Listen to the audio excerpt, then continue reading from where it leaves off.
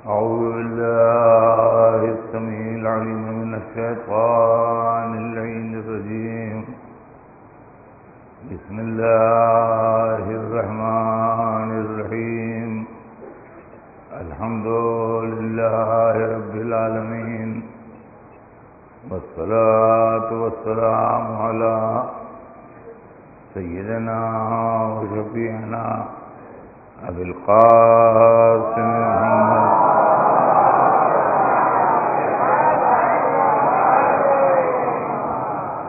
وآله الطيبين الطاهرين المعصومين،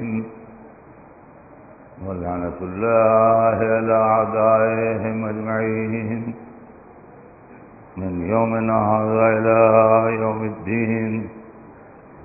أما بعد، فقد قال الله سبحانه تبارك وتعالى في كتابه المبين وهو أصدق الصادقين: إن الله اصطفى آدم ونوحا وآل إبراهيم وآل عمران على العالمين. صلوات سيدنا محمد.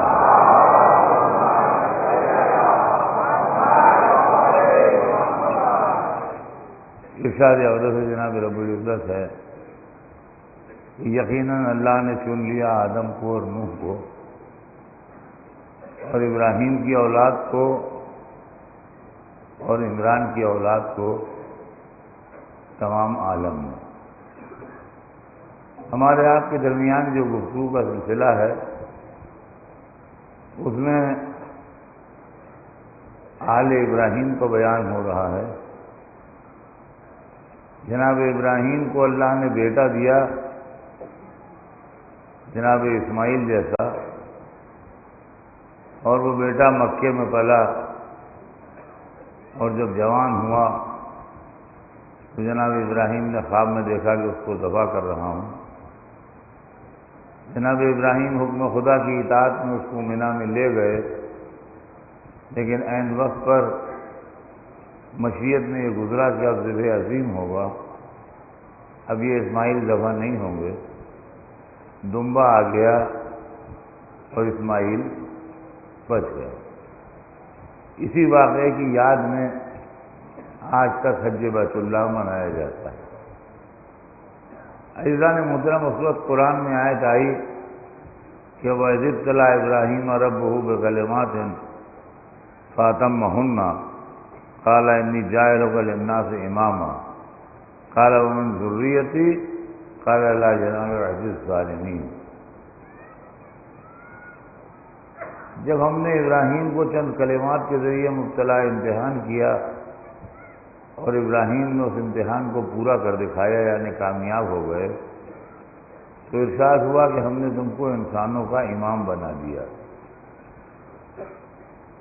ذرا یہاں پر ٹھہریے.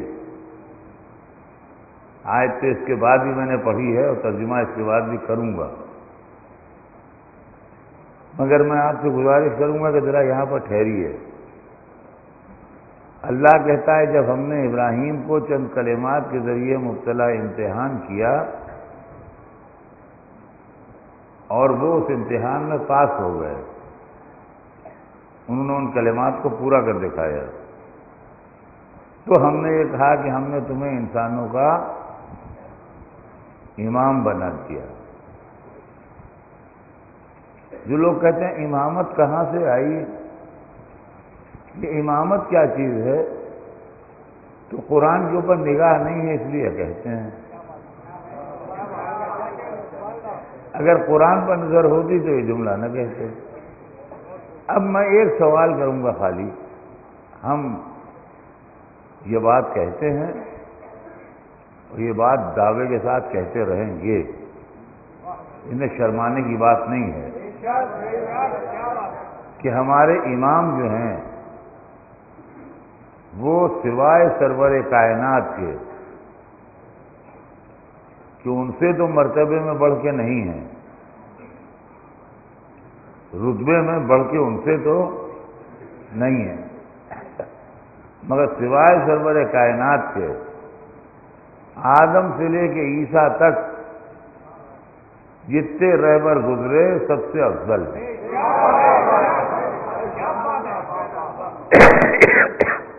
دلیل ہمارے پاس قرآن سے ہے۔ ایک شخص ایک فرم میں کام کرتا ہے، بہت بڑی انٹرنیشنل فرم ہے، اس کے اندر بہت بڑے ایگزیکٹو کے رتبے کا فائز ہے، بہت ہائی ایگزیکٹو کے رتبے کا فائز ہے،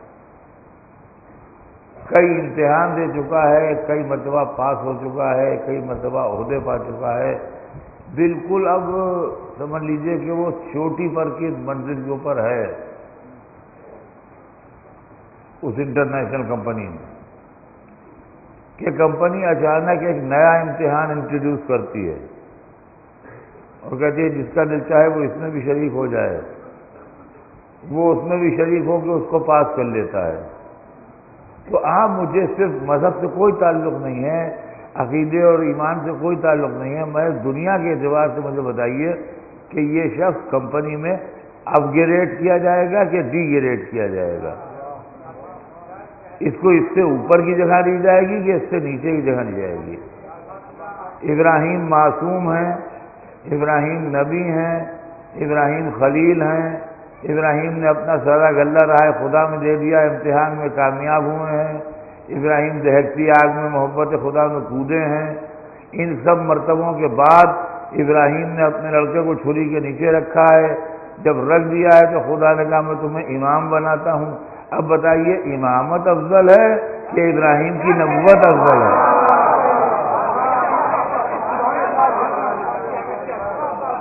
آپ مجھے بتائیے کیا چیز افضل ہے؟ انی جاعلک للناس اماما، ہم نے تم کو امام بنا دیا۔ اب آپ سمجھ لیجئے کہ امام ہوتا کیا ہے؟ وہ چیز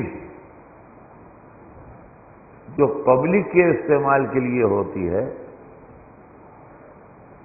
وہ بنا کے پبلک کے استعمال میں فوراً نہیں دی جاتی، بلکہ اس کا ٹیسٹ لیا جاتا ہے۔ ایک نئی ریلوے لائن بچتی ہے تو جس دن وہ کمپلیٹ ہوتی ہے اس دن اس کو مسافر ٹرین نہیں دوڑا دی جاتی، خدا جانے کہاں پر کمزوری رہ گئی ہو، خدا جانے کہاں سے لائن ٹوٹ جائے، خدا جانے کہاں گاڑی کا ڈیولپمنٹ ہو جائے، پہلے اس کے اوپر گاڑیاں چلائی جاتی ہیں امتحاناً، پتھر بھر کے، بوجھا بھر کے، تاکہ یہ اندازہ ہو کہ لائن صحیح ہو گئی یا نہیں۔ جب اطمینان ہو جاتا ہے کہ لائن صحیح ہو گئی، جب اس کے اوپر مسافر بٹھائے جاتے ہیں۔ امام کا کام ہے لوگوں کی ہدایت کرنا، تو ایسے ہی ہدایت نہیں کی جائے گی۔ ابراہیم کے 3 امتحان ہوئے، پہلا امتحان مال سے ہوا، جب اس میں کامیاب ہو گئے تو دوسرا امتحان جان سے ہوا، جب اس میں کامیاب ہو گئے تو تیسرا امتحان اولاد سے ہوا۔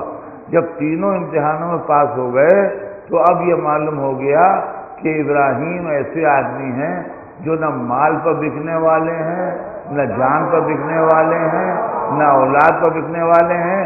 جو ان 3 چیزوں پر نہ بکے وہ امام ہوتا ہے۔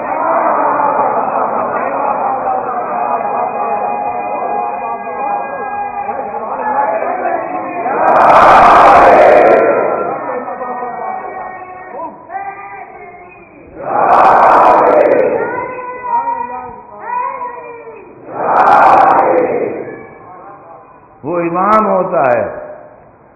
علی بھی ان 3 منزلوں سے گزر لیے، اپنا سارا مال سردار کے بیٹے تھے، سردار خاندان سے تعلق رکھتے تھے، سب کچھ تھا، راہ خدا میں لٹا دیا۔ مال کے امتحان میں علی پیچھے نہ رہے، جان کے امتحان کی نوبت آئی، ہجرت کی رات چمکتی تلواروں میں رات بھر سو گئے۔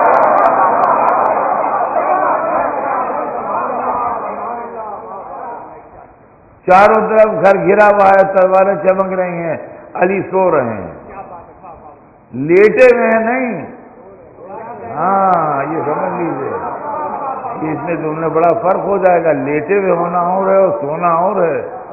لیٹا ہوا آدمی تو کسی وقت بھی موت کے انتظار میں لیٹا ہے کب تلواریں پڑ جائیں، اور سویا ہوا آدمی وہ ہے جو بے خبر ہو کے سو گیا۔ تو علی کو اپنی جان کی اتنی پرواہ نہ تھی کہ خالی لیٹے رہتے جب بھی میں کہتا کہ کامیاب ہوئے۔ مگر وہ سو گئے، اور ایسا سوئے کہ خریدار آ کے نفس خرید کے لے گیا، علی کو خبر بھی نہ ہوئی۔ تو شب ہجرت تلواروں کی چھاؤں میں سو کے علی نے یہ سبق دے دیا کہ ہم نے اپنی جان کی بھی قربانی پیش کر دی۔ اور جب اللہ نے علی کو اولادیں دیں اور جبرائیل محضر شہادت حسین لے کے آئے، تو اس محضر شہادت حسین پر علی کا دستخط کرنا اس بات کی دلیل ہے کہ علی نے اولاد بھی قربان کر دی۔ جب علی نے جان بھی قربان کی، مال بھی قربان کیا، اولاد بھی قربان کی، اب اگر علی کو امام الاولین والآخرین کہا جائے تو حیرت کی کیا بات ہے۔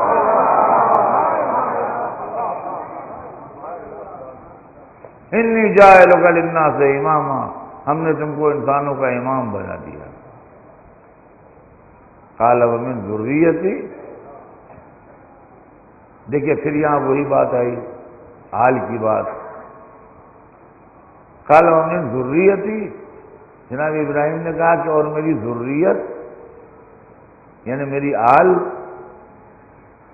میری نسل کے لوگ۔ قال لا ینال عہد الظالمین، تو جواب ملا کہ ہمارا عہدہ کبھی ظالموں کو نہیں ملے گا،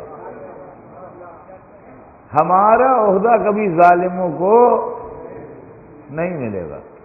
نہ اللہ نے کہا کہ تمہاری آل کو بناؤں گا، نہ اللہ نے کہا تمہاری آل کو نہیں بناؤں گا، درمیانی جواب دیا کہ ہمارا عہدہ کبھی ظالموں کو نہیں ملے گا۔ معلوم ہے ایک اصول یاد رکھیے کہ عہدہ الہی کے اوپر بین لگا ہوا ہے کہ ظالم کو نہیں ملے گا۔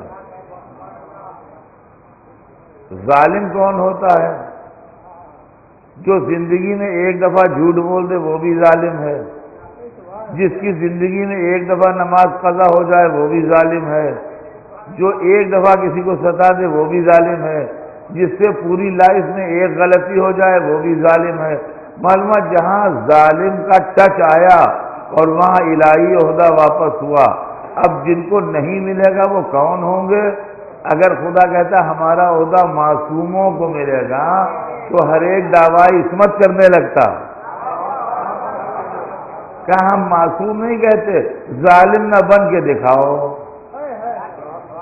اب ظلم کیا کیا ہیں یہ تو تاریخ کے اندر ہر برائی، ہر گناہ، ہر معصیت، ہر غلطی ظلم۔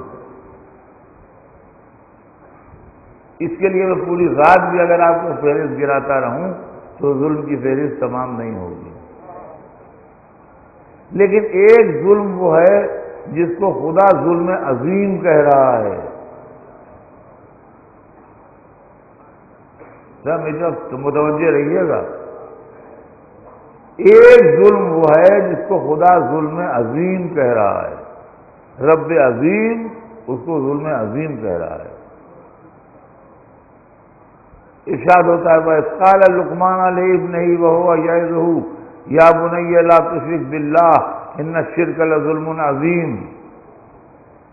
میرے حبیب یاد کیجیے اس وقت کو جب لقمان اپنے بچوں کو وصیت کر رہے تھے، انہوں نے اپنے لڑکے سے کہا ہے قال لقمان لابنہ یا بنی لا تشرک باللہ، بیٹا کبھی اللہ کا شرک نہ کرنا۔ لقمان نے اپنے بیٹے کو سمجھایا کہ دیکھو بیٹا کبھی اللہ کا شرک نہ کرنا، ان الشرک لظلم عظیم، شرک ظلم عظیم ہے۔ تو معلوم قرآن نے شرک کو ظلم عظیم کہا ہے، تو جس کے دامن پر شرک کا دھبا ہو وہ ظلم عظیم کا مرتکب ہو چکا ہے۔ اب کچھ بنے نہ بنے الہی عہدیدار نہیں بن سکتا، اس لیے کہ ان الشرک لظلم عظیم۔ کہا تمہاری اولاد کو ملے گا یا نہیں ملے گا یہ ہم نہیں کہتے، لیکن جو ظالم ہے اس کو ہمارا عہدہ نہیں ملے گا، ہمارا عہدہ اس کو ملے گا جو ظالم نہیں ہے۔ جناب ابراہیم کی آل کا یہ سلسلہ مکے میں چلتا رہا، اور مکے سے چلتے چلتے اس میں ایک بزرگ پیدا ہوئے جس کا نام قریش تھا۔ تو یہ لوگ قریشی کہلائے۔ حضور کے نام کے ساتھ سید قریشی کا لفظ استعمال ہوتا ہے۔ اسی سلسلہ ابراہیم میں ایک بزرگ پیدا ہوئے سلسلہ اسماعیل میں جو قریش کہلائے، تو یہ لوگ قریش کہے جانے لگے۔ پھر ان میں جو مختلف برانچز تھیں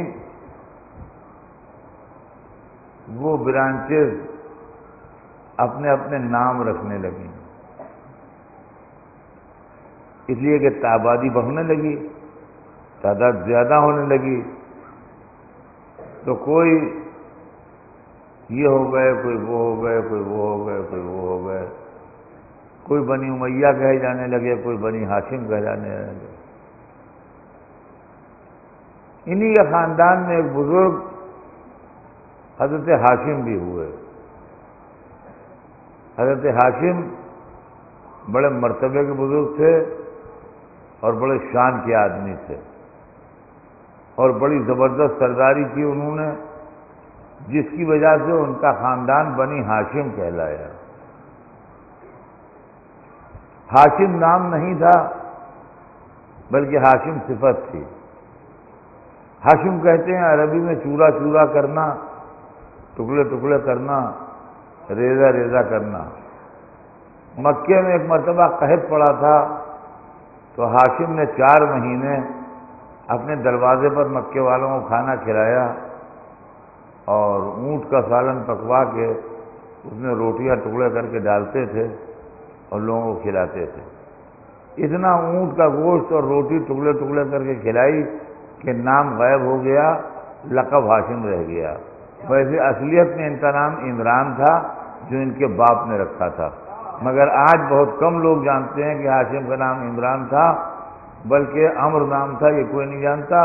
بات اتنی جانتے ہیں کہ ہاشم تھے۔ تو معلومہ یہ وہ ہیں کہ جن کے نام ان کی سخاوت کی بنیاد پر بھی مشہور ہو جاتے ہیں۔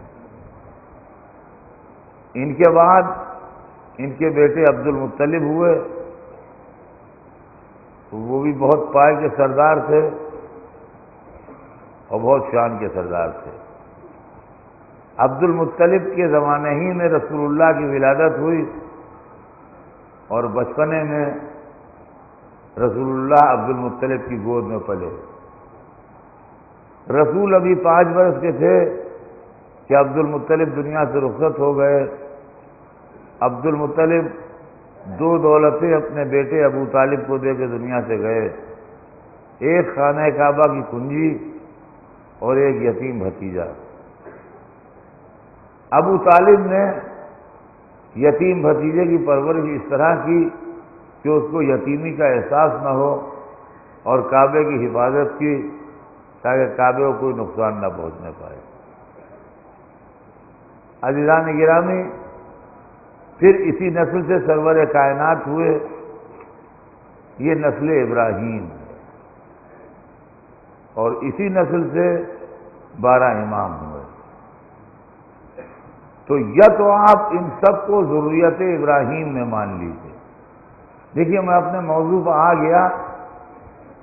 میں نے کہا تھا کہ میں آپ کے سامنے آل رسول کے اوپر اشرا پڑھوں گا۔ کچھ مجلسیں میری تمہیدی ہوئیں، مگر وہ آیت کی مناسبت سے ہوئیں۔ تو ایک آل کا سلسلہ تو وہ ہے جو جناب اسماعیل سے چلا، قریش و ہاشم سے ہوتا ہوا سرور کائنات اور علی ابن ابی طالب تک پہنچا، اور علی ابن ابی طالب سے لے کے آج تک امام تک ہے۔ ایک تو ہاشم کا سلسلہ یہ ہے۔ اب آئیے، ان اللہ اصطفیٰ آدم و نوحً و آل ابراہیم و آل عمران، اور عمران کی اولاد کو۔ تاریخ میں غور سے سنیے گا اس کو، یہ تاریخی معاملہ ہے۔ تاریخ میں 3 عمران گزرے ہیں، 3 عمران گزرے ہیں۔ حضرت موسیٰ کے والد کا نام عمران تھا، موسیٰ بن عمران۔ جناب مریم کے والد کا نام عمران تھا، مریم بنت عمران۔ ابو طالب کا نام عمران تھا، علی ابن عمران۔ اب یہ خدا نے قرآن میں کن عمران کی اولاد کے انتخاب کا ذکر کیا ہے؟ یہ تو مفسرین جانے کہ آل عمران سے مراد موسیٰ و ہارون ہیں، یا آل عمران سے مراد عیسیٰ و مریم ہیں، یا آل عمران سے مراد 12 امام ہیں۔ ہم تفسیر کے معاملے میں بالرائے کے قائل نہیں ہیں، ہم اپنی طرف سے اس کا مطلب نہیں بیان کر سکتے، اس لیے کہ ہمیں اجازت نہیں ہے بیان کرنے کی، ہم پر حرام کیا گیا ہے تفسیر بالرائے کو۔ لیکن یہ آپ کی خدمت میں عرض کر دوں کہ جناب موسیٰ بھی نسل ابراہیم سے ہیں، جناب عیسیٰ بھی نسل ابراہیم سے ہیں، اور 12 امام بھی نسل ابراہیم سے ہیں۔ تو جب سب کے سب نسل ابراہیم سے ہیں تو عمران کی اولاد کا الگ سے تذکرہ کرنے کی ضرورت کیا تھی؟ اس لیے کہ ابراہیم کی 2 بیویاں تھیں، جیسا کہ میں نے پرسوں کی مجلس میں عرض کیا تھا کہ ایک بیوی جناب ہاجرہ تھیں جو اللہ کے حکم سے مکے آئیں، اور ایک بیوی جناب سارہ تھی۔ جناب سارہ بڑی مرتبے کی بیوی تھیں، بڑی عبادت گزار اور بڑی ہی متقی پرہیزگار بیوی تھیں۔ جناب سارہ سے جو بیٹا ہوا اس کا نام تھا اسحاق، نبی تھے وہ، جناب اسحاق بھی نبی تھے۔ یہ نسل شام میں چلی، جناب اسحاق ہوئے، جناب اسحاق کا جو بیٹا ہوا وہ جناب یعقوب تھے، جناب یعقوب نبی ہوئے، یہ اسی سلسلے کے نبی تھے، جناب سارہ کے سلسلے کے۔ جناب یعقوب کے بعد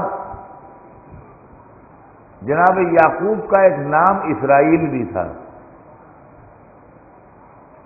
اس کو ذہن میں رکھیے گا، جناب یعقوب کا ایک نام اسرائیل بھی تھا۔ جناب یعقوب کے فرزند ہوئے جناب یوسف، جناب یعقوب کے 12 بیٹے ہوئے، چونکہ 12 بیٹے تھے اس لیے یہ بنی اسرائیل کہلائے۔ اب سمجھے آپ، یہ جو مسلمان و اسرائیل ہیں یہ کزن ہیں، آپس میں رشتہ داری ہے، ایک اماں کی اولاد یہ ہیں، ایک اماں کی اولاد وہ ہیں، سمجھے آپ؟ یہ جو آپس میں دشمنی پڑی ہوئی ہے اور آپس میں لڑائی ہے یہ اس زمانے سے ہے، سمجھ لیجئے۔ مگر یہ بنی اسرائیل جو تھے بڑے ظالم۔ میں بلا وجہ کسی کو کہنے کا قائل نہیں ہوں، مگر اپنے بے خطا بھائی کو کنویں میں جا کے جنگل میں ڈھکیل آئے۔ یہ نبی کے 10 بیٹے، 11واں ان میں شامل نہیں تھا بنیامین۔ 10 بیٹے نبی کے، جن کے باپ بھی نبی تھے، دادا بھی نبی تھے، پردادا بھی نبی تھے۔ آپ پہچانیے گھرانہ کیسا تھا۔ یعقوب جیسا باپ، سوچیے، جناب یعقوب باپ، جناب اسحاق دادا، جناب اسماعیل بھی دوسرے دادا،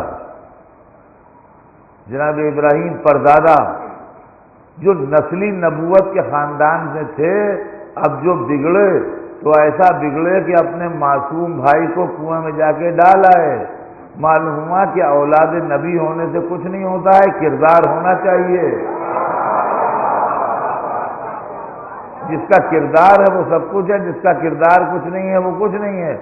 آج تک مذمت ہوتی ہے، اور قرآن نے جو ان کے لیے جناب یوسف نے خواب دیکھا تھا کہ انی رأیت احد عشر کوکبا والشمس والقمر رأیتهم لی ساجدین، میں نے دیکھا ہے چاند، سورج اور 11 ستارے مجھے سجدہ کر رہے ہیں۔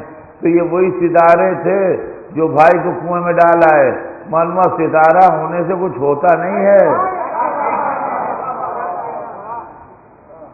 بھائی کا قاتل بن جاتا ہے. اور یہ واقعہ بھی کیسے ہوا کہ جناب یوسف نے ایک رات خواب دیکھا، اور اس رات کو خواب میں دیکھا کہ چاند سورج اور 11 ستارے مجھے سجدہ کر رہے ہیں. یوسف یعقوب کے پاس سوتے تھے، اٹھ کے باپ سے خواب بیان کیا کہ بابا میں نے رات کو خواب میں دیکھا ہے کہ چاند سورج اور 11 ستارے مجھے سجدہ کر رہے ہیں. باپ نے بیٹے کو تعبیر دی، کہا بیٹا خواب تو بہت اچھا ہے، خواب تو تم نے بہت اچھا دیکھا ہے، مگر بیٹا اس کو اپنے بھائیوں سے نہ کہنا، ورنہ وہ تمہارے دشمن ہو جائیں گے. اس خواب کا کوئی ذکر اپنے بھائیوں سے نہ کرنا، ورنہ وہ تمہارے دشمن ہو جائیں گے. بھائی تو سب سو رہے تھے، انہوں نے تو نہیں سنا، مگر تاریخ تفسیر کہتی ہے کہ ایک بھاوت جاگ رہی تھیں، انہوں نے خواب سن لیا، انہوں نے سویرے اٹھ کے اپنے شوہر سے داغ دیا، شوہر نے سب بھائیوں میں پھونک دیا. نتیجہ یہ ہوا کہ سارے بھائیوں کو معلوم ہو گیا کہ بھائی نے رات کو خواب میں دیکھا ہے کہ چاند سورج اور 11 ستارے مجھے سجدہ کر رہے ہیں. معلوم ہے اکثر پیغمبروں کے گھر عورتوں نے تباہ کیے ہیں.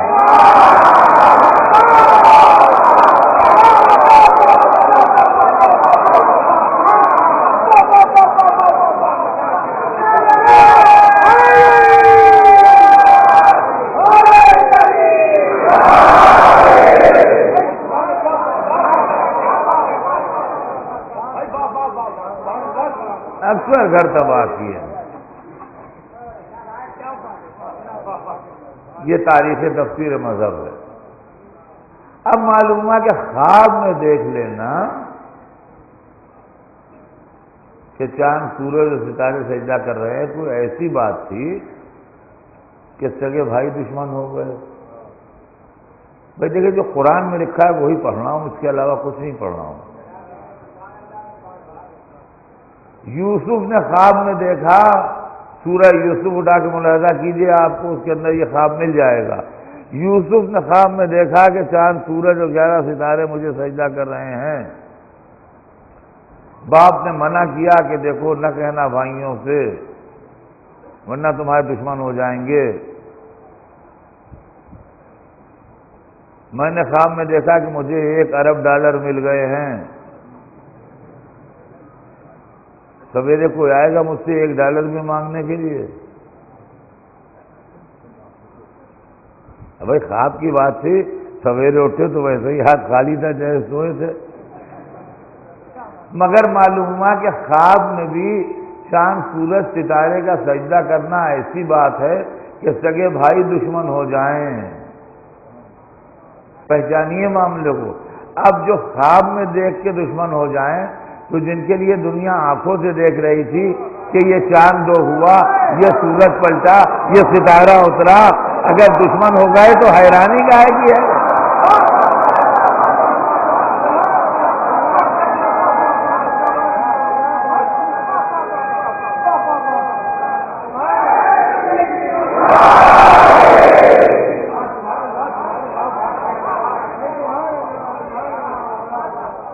تو عزیزان گرامی یہ یوسف کے بھائی تھے جن نے یوسف کو زندہ کنویں میں جا کے ڈال دیا. اب ان کا چارج فریم کیجئے، اگر کسی جنگل میں کوئی آدمی کسی کو لے جا کے کنویں میں ڈال دے تو اس کے اوپر قانون کیا چارج فریم کرے گا؟ اگر قتل نہ صحیح تو اقدام قتل کا کیس تو چلے گا، اٹیمپٹ ٹو مرڈر کا کیس تو چلے گا، اگر مرڈر کا نہ چلے تو. خیر وہ کنواں کا پانی خشک ہو گیا، ادھر سے لوگ نکلے، انہوں نے کنویں میں ڈول ڈالا. جو دیکھا تو یوسف کا یہ تو بہت بڑی دولت مل گئی. دوسرے دن بھائی آئے, 80 کھوٹے درہموں پر اپنے بھائی کو بیچ کے چلے گئے. کیسے بھائی تھے خدا کی قسم. جب یوسف کے بھائی نہ ہوئے تو امت آل محمد کی کیا ہوتی.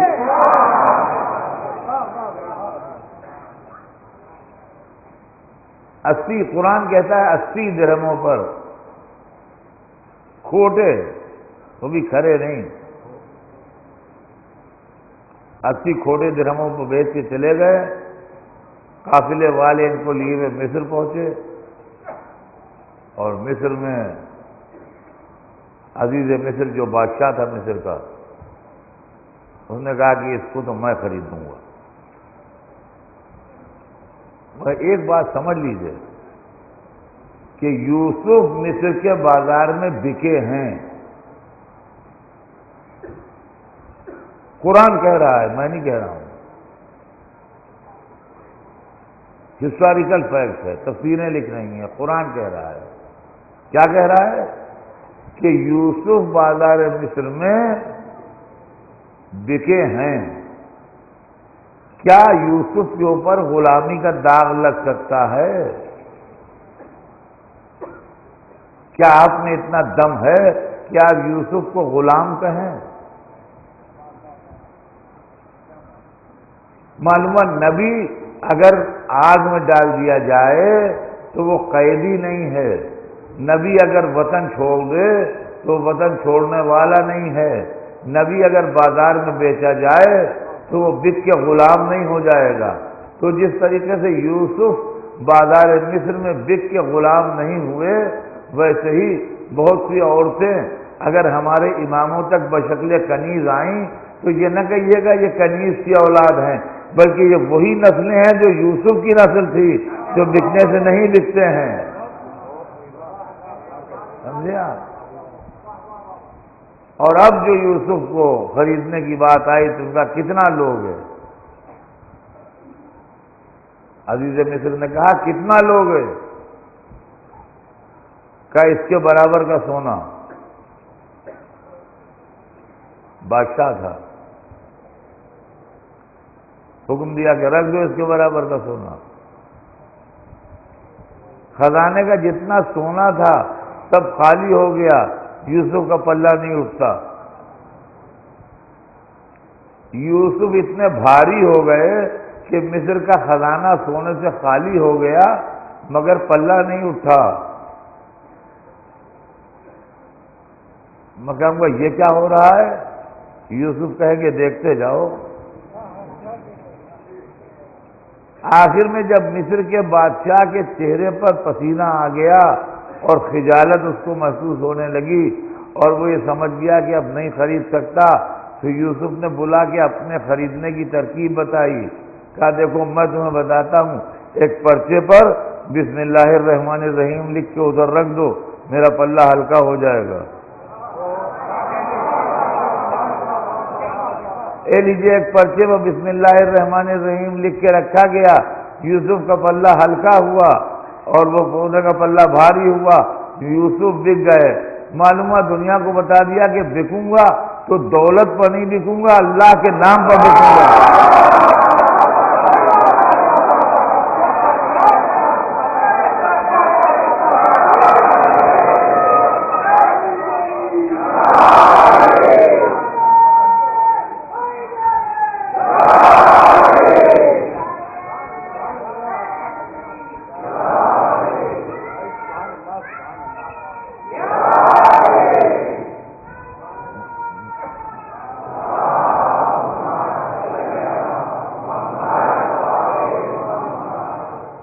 بکوں گا تو اللہ کے نام پر بکوں گا, دنیاوی دولت میں نہیں بکوں گا. اور عزیزان گرامی اس میں شاید ایک نقطہ اور بھی ہو. ہاں شاید ایک نقطہ اور بھی ہو, بسم اللہ بے نقطے کے نہیں لکھا گیا تھا.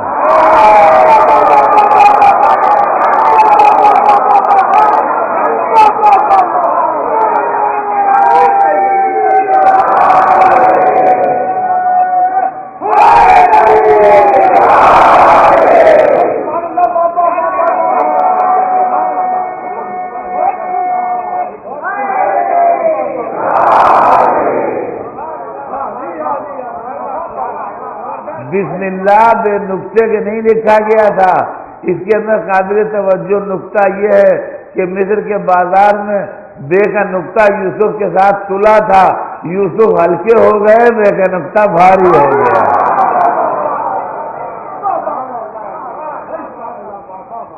اور یہی وجہ ہے کہ ہمیں اب یوسف کی محبت دیکھی تو اس کو کچھ اور پایا، اور جب نقطہ با حیدر کرار کی محبت دیکھی تو اس کو کچھ اور پایا۔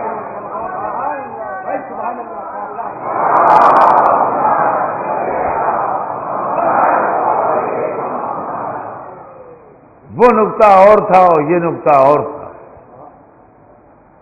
بس دو جملے سن لیجئے، بات آگے بڑھے۔ بات میرا موضوع دوسرا ہے آج کہ یوسف کی محبت اور علی کی محبت تل تو گئی بازار مصر میں، اب اس کے بعد کسوٹی پر پرکھی بھی گئی۔ جب کسوٹی پر پرکھی گئی تو وہاں بھی ہم نے یہی منظر دیکھا کہ یوسف کی محبت وہ ہے جس میں انگلیاں کٹتی ہیں، علی کی محبت وہ ہے جس میں گلے کٹتے ہیں۔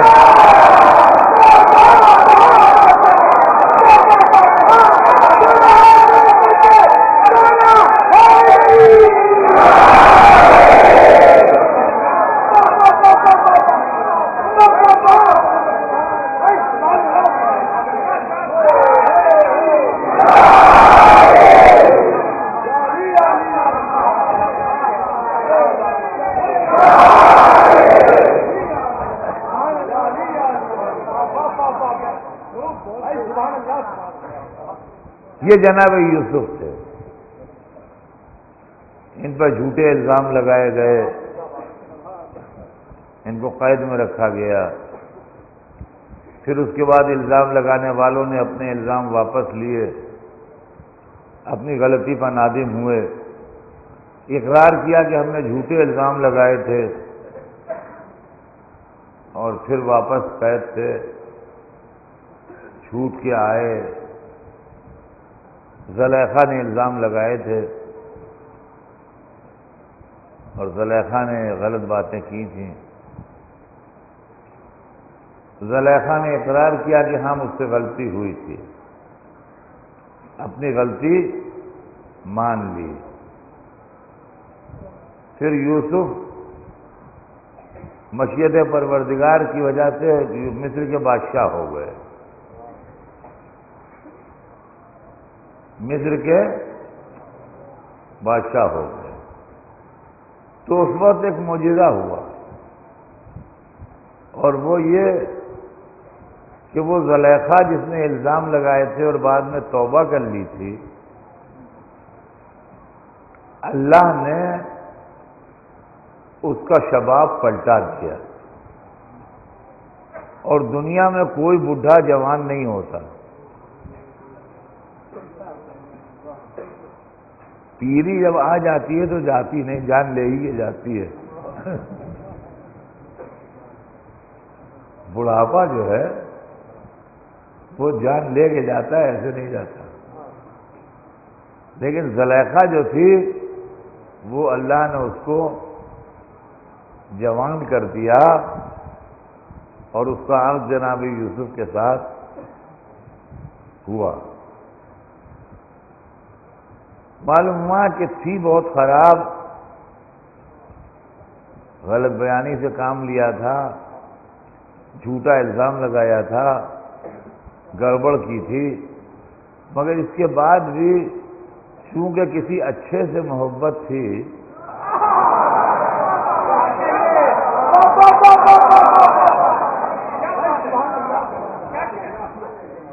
چونکہ کسی اچھے سے محبت تھی، لہذا اللہ نے شباب پلٹا دیا۔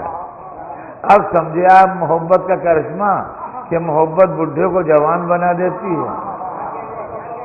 اب اسی بنیاد پر ہم کہتے ہیں کہ اگر علی کی محبت ہے اور مرنے کے بعد زندگی مل جائے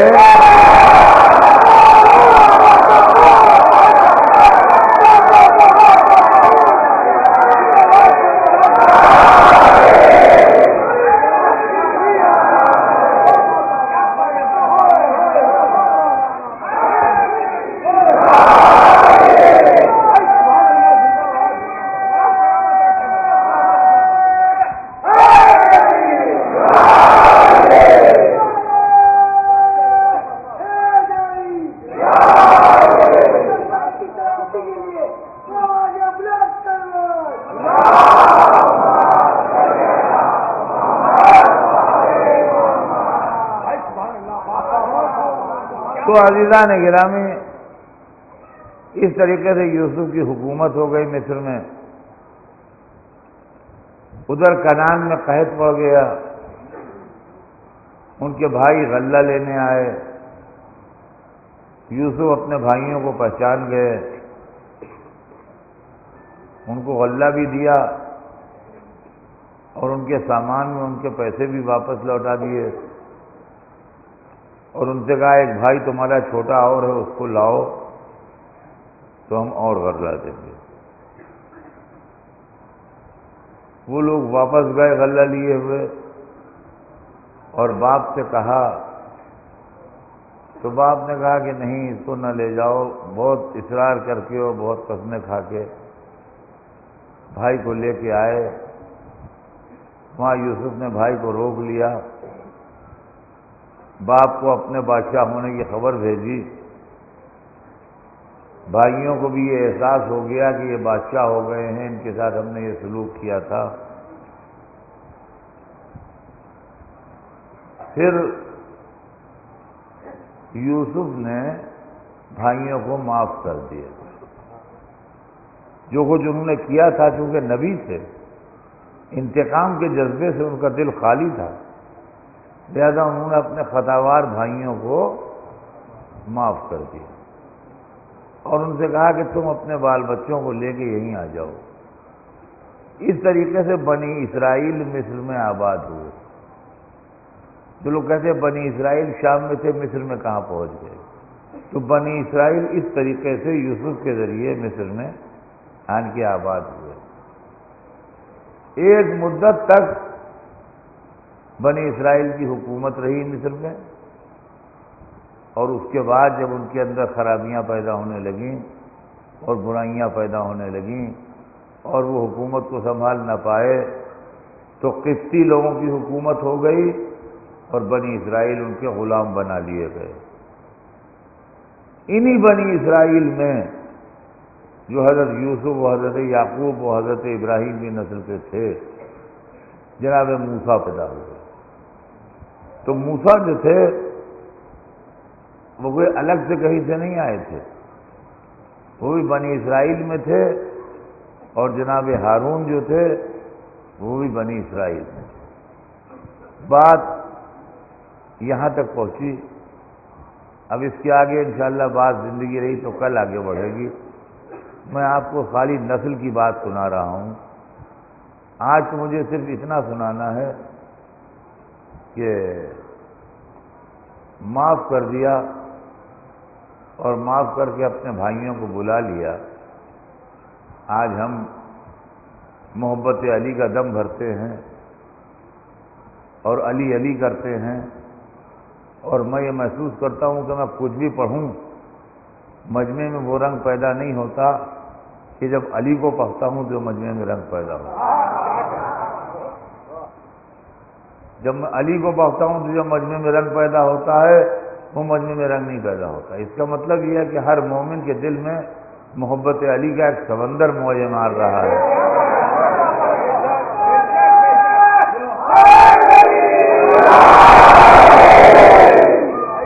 اور دستور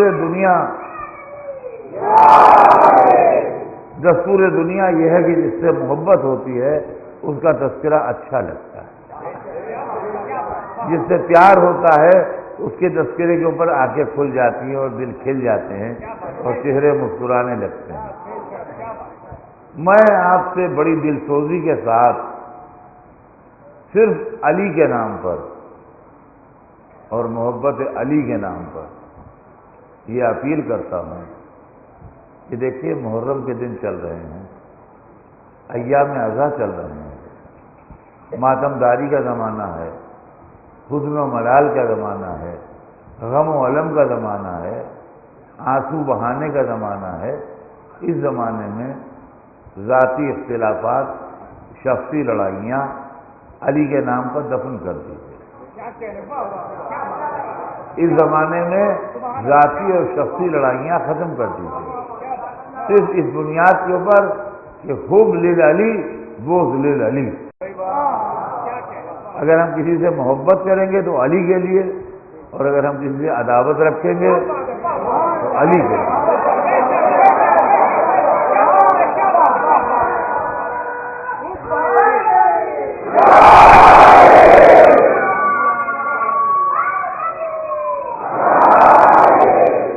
دیکھیے یہ اچھا نہیں لگتا کہ جگہ جگہ لوگ جمع ہیں، جگہ جگہ تو میں ہو رہی ہے، کہیں پولیس کی مداخلت ہو رہی ہے۔ پولیس بے شک آپ کے سہولت کے واسطے ہے، آپ کو راستہ دلوانے کے واسطے ہے، امن و امان برقرار رکھنے کے واسطے ہے، پولیس کا ہونا بہت ضروری ہے، مگر یہ مناسب تھوڑی ہے کہ ہم اپنے ہر جھگڑے میں پولیس کو لیے چلے آ رہے ہیں، اپنے ہر جھگڑے میں پولیس کو انٹرفیئر کرنے کا موقع دے رہے ہیں۔ یہ تو ہماری اپنی کمزوری ہے نا، لہذا یہ نہ ہونا چاہیے۔ کہیں سڑک کے اوپر مشکل ہے، کوئی ٹریفک ہے، راستہ ہے، یہ ہے وہ، جو ڈیوٹیاں پولیس کی ہیں وہ پولیس انجام دیتی ہے، لیکن اس کے علاوہ ہٹ کے آپ اپنے ایڈمنسٹریشن میں پولیس کی انٹرفیئرنس کروا رہے ہیں، یہ کسی صورت سے مناسب نہیں ہے۔ دوسری بات عزیزان گرامی یہ ہے کہ قرآن میں صاف صاف لکھا ہوا ہے کہ لکم دینکم ولی دین،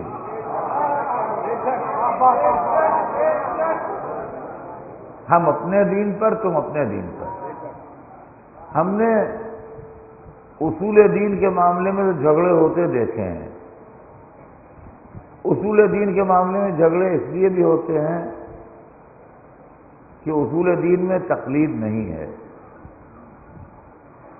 میں ایسا سمجھتا ہوں، آپ ایسا سمجھتے ہیں، یہ ایسا سمجھتے ہیں۔ اللہ قیامت کے دن دکھائی دے گا کہ نہیں دکھائی دے گا، توحید کے معاملے میں جھگڑا ہے۔ اللہ عادل ہے کہ نہیں، عدل کے فلسفے میں جھگڑا ہے۔ رسول نوری ہے کہ خاکی، اس کا جھگڑا ہے۔ خلافت علی کے معاملے میں تو پورا اکھاڑا سجا ہوا ہے، پورا جھگڑا ہے۔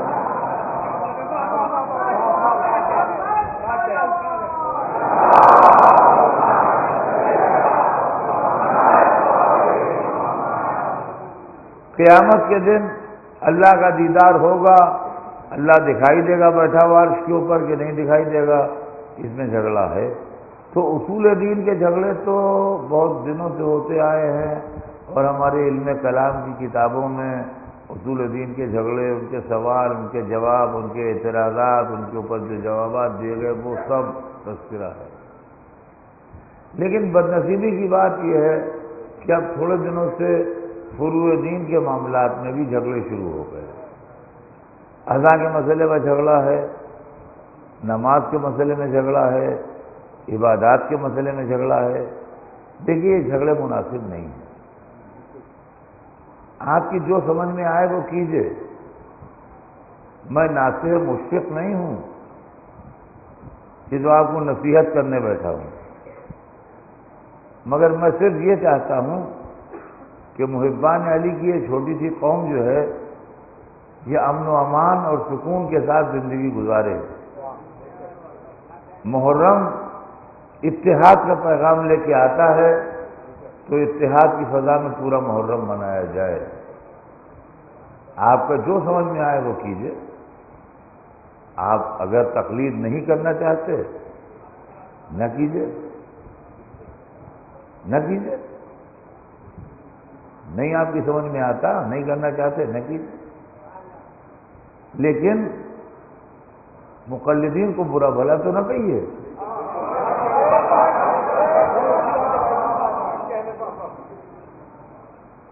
آپ کے خیال میں جس نے دین کی خدمت نہیں کی ہے آپ اس کا نام نہ لیجیے، لیکن 1100 برس سے جو مراجع کرام دین کی خدمت کرتے چلے آ رہے ہیں، اور جو علماء اپنی زندگی صرف کر رہے ہیں، جنہوں نے سب کچھ لٹا دیا ہے،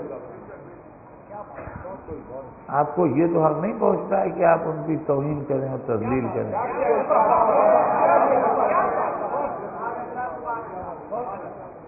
آپ کسی کی تقلید کرنا چاہتے ہیں، جس کی چاہے تقلید کیجیے۔ اگر تقلید کرنا چاہتے ہیں تو آپ آزاد ہیں، جس کی چاہے آپ تقلید کیجیے، جس مرجع کی چاہیے آپ تقلید کیجیے، اور اعمال کے سلسلے میں جھگڑا نہ کیجیے۔ آپ کا مرجع جو حکم دیتا ہے اس طریقے سے عمل کیجیے۔ نہ آپ مجھ پر انٹرفیئرنس کیجیے کہ تم ایسا کیوں کرتے ہو، اس لیے کہ میں بھی اپنے مرجع سے مجبور ہوں، آپ بھی اپنے مرجع سے مجبور ہیں۔ آپ کا مرجع جو کہتا ہے آپ اس پر عمل کیجیے شوق سے، ہمارا مرجع جو کہہ رہا ہے ہم اس پر عمل کر رہے ہیں۔ رہ گیا یہ کہ جہاں تک علماء کا سوال ہے اور جہاں تک بزرگوں کا سوال ہے، میرے پاس وقت ختم ہو رہا ہے، میں آپ کو کیسے سنا دوں کہ اب علماء ایسے ایسے گزرے ہماری قوم میں کہ اب نادر شاہ درانی نجف پہنچا ہے،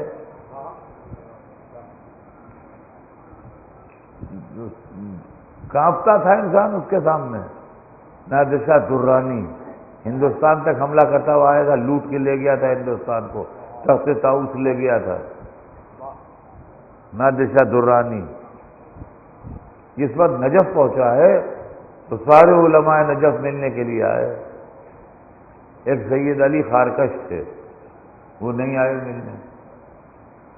انہوں نے پوچھا کوئی عالم ایسا نہیں بچا جو نہ آیا ہو؟ کہا ایک بچا ہے جو نہیں آیا ہے۔ کہا لاؤ سے، کہا وہ آئیں گے نہیں، وہ بادشاہوں سے بڑے لوگوں سے ملتے نہیں، کو تو پکڑ کے لے آئیں، گرفتار کر کے لے آئے۔ کہا نہیں، گرفتار کر کے نہ لانا، میں خود چلوں گا۔ وہ خود چل کے وہاں آیا، بیسمنٹ تہ خانہ جیسا پرانے زمانے میں عرب میں ہوتا تھا، وہاں آن کے بیٹھا، ٹوٹی چٹائی بچھی تھی، وہ سب بیٹھے ہوئے تھے، تو آن کے بیٹھ گیا، سب سلامت ہوئی، مزاج پرسی ہوئی، دیکھا سب ٹوٹی ہوئی دیواریں، مٹی جھپٹی ہوئی، برا حال۔ کہنے لگا سید کارے کردی کہ دنیا را گزاشتی، سید تو نے بڑا کام کیا کہ دنیا کو چھوڑ دیا۔ تو پلٹ کے جواب دیتے ہیں نادر میں ہیچ کار نہ کرتا ہوں، تو کارے کردی کہ اخبار گزاشتی، میں نے کوئی کام نہیں کیا، کام تم نے کیا کہ آخرت کو چھوڑ دیا۔ لوگ سمجھے کہ اب تو یہ تلوار نکال کے ان کی گردن اڑا دے گا۔ وہ رونے لگا، وہ رونے لگا، کہنے لگا مجھ سے کچھ فرمائیے، کچھ فرمائیے، کوئی فرمائش کیجیے، کچھ بتائیے، میں آپ کے لیے کرنا چاہتا ہوں کچھ۔ کہا کہ اچھا تو میرے لیے کچھ کرنا چاہتا ہے؟ کہا ہاں۔ کہا اس تہخانے میں مچھر بہت ہے، ان کو منع کرتا ہے جب مجھے نہ کاٹیں، یہ مجھے بہت کاٹتے ہیں۔ کہ سید میں مچھروں کو کیسے منع کر دوں؟ کہا نادر تو سوچ، جب ایک مچھر پر تیری حکومت نہیں ہے،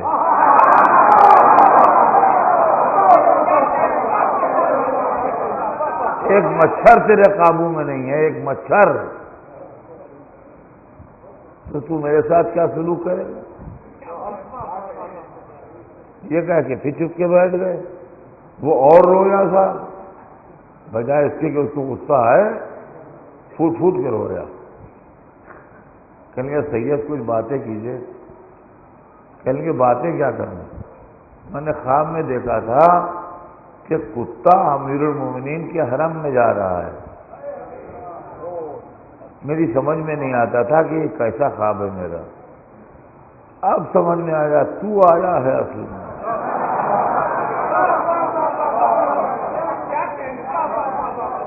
تو یہ اس کی تعبیر آئی ہے۔ اب وہ صاحب خوب رویا، وہاں سے نکلا، سونے کی اس نے بنوائی زنجیر اور اس نے کہا اس کو میرے گلے میں ڈالو، اور کتے کی طرح چاروں ہاتھ پیر ٹیکتا ہوا علی کی چوکھٹ پہ آیا۔ وہ زنجیر آج تک چہن طلا میں لگی ہوئی تھی، صدام کے زمانے میں غائب کر دی گئی۔ تو عزیزان گرامی، یہ ہمارے علماء کا کردار تھا۔ پلیز میں ہاتھ جوڑ کے کہتا ہوں کہ آپ ان کی شان میں گستاخی نہ کیجیے، آپ کو جو سمجھ میں آئے وہ کیجیے، جس کو مانتے ہو مانیے، جس کو نہ مانتے ہو نہ مانیے، مگر یہ گستاخیاں اور بدتمیزیاں اور شہر میں بدامنی کا ماحول پیدا کرنا یہ کسی ضرورت سے مناسب نہیں۔ یہ محرم کا زمانہ ہے اور اس میں ہم کربلا کے ان شہیدوں اور بے قصوں پر روتے ہیں جن کو 3 دن کا بھوکا پیاسا شہید کر دیا ہے۔ حضرات وقت گزر گیا، آج 7ویں رات آ گئی، اور آپ کو معلوم ہے یہ رات کون سی رات ہے؟